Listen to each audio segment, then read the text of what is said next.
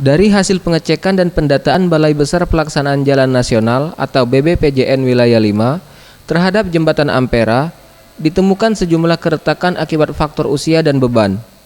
Oleh karena itu, BBPJN Wilayah 5 mengaku mulai mengambil langkah revitalisasi untuk jembatan kebanggaan masyarakat Sumatera Selatan.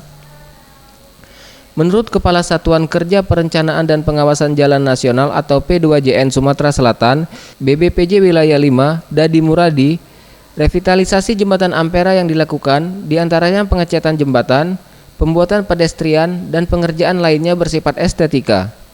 Hal ini juga dilakukan untuk mendukung pelaksanaan Asian Games 2018.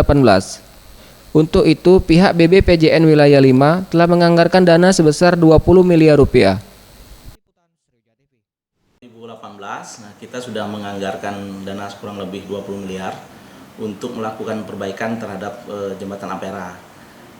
Ini juga dalam rangka mendukung rencana Asian Games di tahun 2018. Jadi perbaikan sementaranya kita laksanakan itu dalam bentuk pengecatan, kemudian perbaikan bangunan bawah yang sifatnya estetika.